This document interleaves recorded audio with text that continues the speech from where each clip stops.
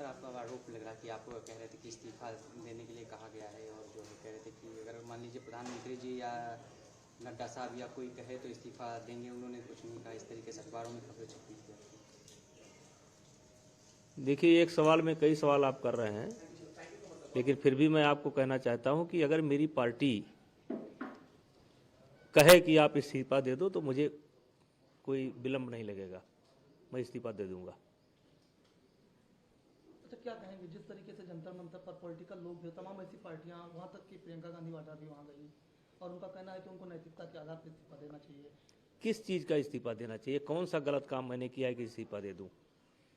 Supreme court में पूरे प्रकरण में न जाकर के सुप्रीम कोर्ट के निर्देशानुसार एफआईआर हो गई, दिल्ली पुलिस जांच कर रही है, तो जांच का परिणाम आने दो। उसके पहले किस चीज का इस्तीफा बनता है मुझे तो ये भी नहीं मालूम है कि मेरे ऊपर आरोप क्या है। जैसे कोई नाबालिग लड़की जो आरोप लेकर के आई है, मुझे तो ये भी नहीं पता है कि उस कौन सी लड़की है, क्या है और मेरे ऊपर आरोप क्या है। किस बात की इस्तीफा दे दें? आपने कहा था कि इस तरीके से कि 4 घंटे नहीं 4 महीने लगे एक स्क्रिप्ट तैयार करने में, क्योंकि मेरे ऊपर जिस तरीके से एफआईआर कराई गई। देखिए देखिए बात, आप लोग सवाल पर सवाल बनाते हो। एक बातचीत के क्रम में मैंने कहा था कि अगर कोई घटना घटती है, आमतौर पर अगर 2 घंटे एफआईआर लेट हो जाए तब भी अभियुक्त को फायदा मिलता है कि 2 घंटे सोच समझ करके एफआईआर लिखाई गई है। मेरे खिलाफ तो 4 महीने से सोच समझ करके लिखाई जा रही है, क्योंकि ओवरसाइट कमेटी के सामने जो लड़कियां गईं और जिनके रिकॉर्ड दर्ज किए गए, उन लड़कियों में इस नाबालिग बच्ची का नाम नहीं है।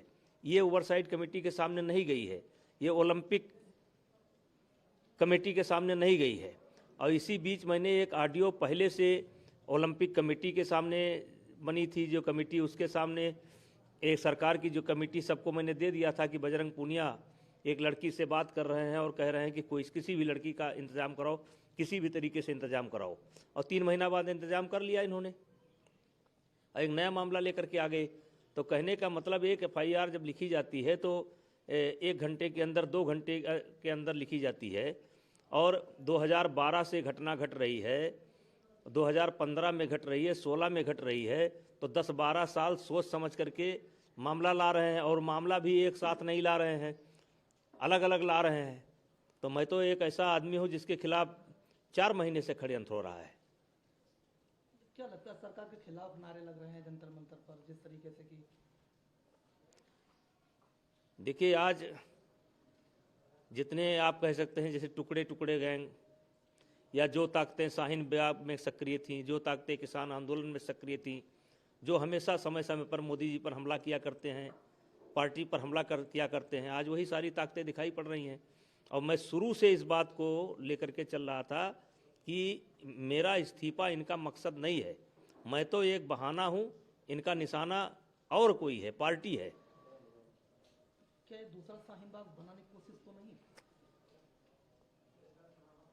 अब जब इनकी डिमांड पर एफआईआर दर्ज हो गई, उसके बाद भी ये घर नहीं जा रहे हैं और सारे राजनीतिक दलों को आमंत्रित कर रहे हैं। जिस तरीके से प्रियंका जी पहुंची, जिस तरीके से आज उनके पति पहुंचे, जिस तरीके से अपना मलिक साहब पहुंचे, जिस तरीके से केजरीवाल पहुंचे, जिस तरीके से लोग इकट्ठा हो रहे हैं और जिस तरीके से गाली गलौज की भाषा का प्रयोग किया जा रहा है, मोदी जी को गाड़ देंगे, जिंदा गाड़ देंगे, निचोड़ देंगे। योगी जी के बारे में एक जो स्वयं अपराधी है, सजा याफ्ता है, बिहार का गुंडा है, वो खुद आकर के जो है योगी जी का मजाक उड़ा रहा है, हंस रहा है।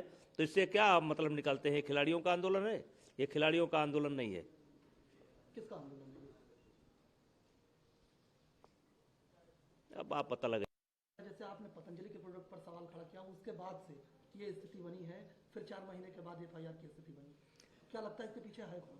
इसके पीछे उद्योगपति हैं, और ये उद्योगपति मुझे हर प्रकार से नुकसान पहुंचाना चाहते हैं, पानी की तरह पैसा बहा रहे हैं, और ये खिलाड़ी भी पेड हैं।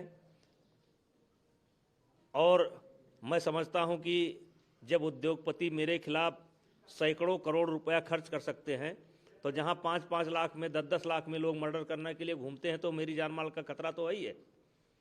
ये अगर इसमें हार जाएंगे तो जान माल को नुकसान पहुंचाएंगे, क्योंकि इन्होंने तो तय कर रखा है कि विभूषण सिंह को जीने नहीं देना है, इन्होंने तय कर रखा है।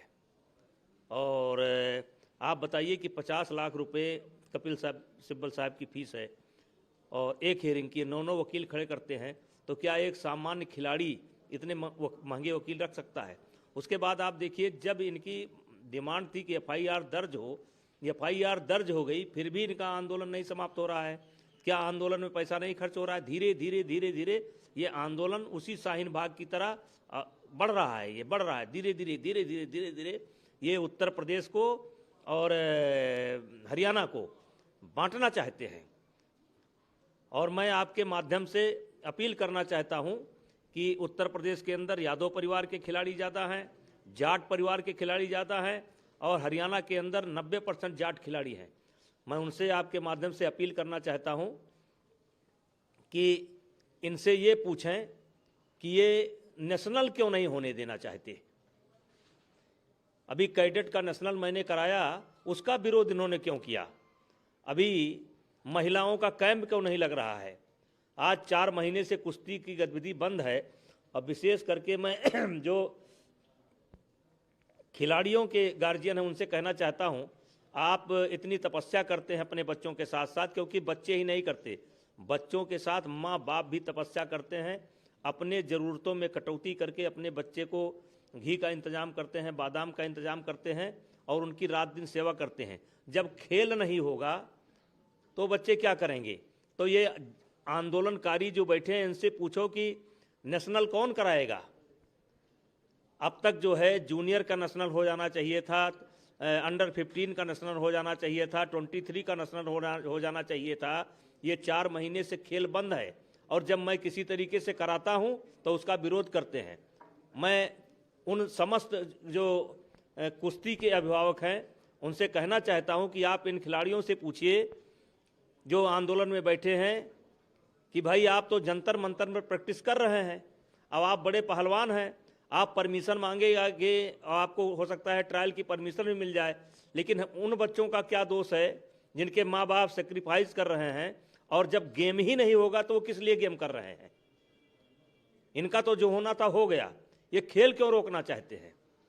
ये मैं आपसे बड़ी गंभीरता पूर्वक आपके चैनल के माध्यम से जो अभिभावक हैं उन तक अपनी बात पहुंचाना चाहता हूं कि इनसे वो पूछें कि इनको कैडेट, इनको नेशनल चैंपियनशिप से क्या दिक्कत है? क्या गवर्नमेंट करा सकती है? नहीं करा सकती। क्या ये करा सकते हैं? नहीं करा सकती। आज के तारीख में खेल की गतिविधि अगर कोई करा सकता है, नेशनल चैंपियनशिप अगर कोई करा सकता है, ओपन नेशनल करा सकता है, 23 करा सकता है, तो केवल फेडरेशन करा सकती है। और फेडरेशन भंग नहीं है, फेडरेशन अभी हमारी भंग नहीं है। फेडरेशन हमारी तब भंग होगी जब हमारा चुनाव हो जाएगा, अगला आदमी आकर के ये कार्यभार संभाल लेगा, तब फेडरेशन का काम समाप्त होगा। तो ऐसी स्थिति में खेल को क्या किया जाए? आज 4 महीने से सारी गतिविधि बंद है, इससे खेल का बहुत नुकसान हो रहा है। मुझे एक शेर याद आता है कि तूफान से लाए हैं किश्ती निकाल के, इस देश को रखना मेरे बच्चों संभाल के। आज ये कुश्ती जो इस ऊंचाई पर पहुंची है, इसमें थोड़ा बहुत योगदान रेसलिंग फेडरेशन का है, बाकी तो सरकार का है। जिस सरकार को, जिस मोदी जी को आप गाड़ देने की बात करते हैं उनका है, साई का है, लेकिन थोड़ा सा योगदान फेडरेशन का भी है, थोड़ा सा योगदान हमारा भी है। अच्छा, अंतिम सवाल है कि जब मान लीजिए जब जांच रिपोर्ट होगा, क्योंकि आपकी अब ये हवा में सवाल नहीं, जब जांच रिपोर्ट आएगी, अगर मुझे मेरे खिलाफ आती है तो उसका जो कानूनी रूप से है वो सामना करेंगे, और अगर मेरे पक्ष में आती है तो देश की जनता जो फैसला करेगी वही करेंगे।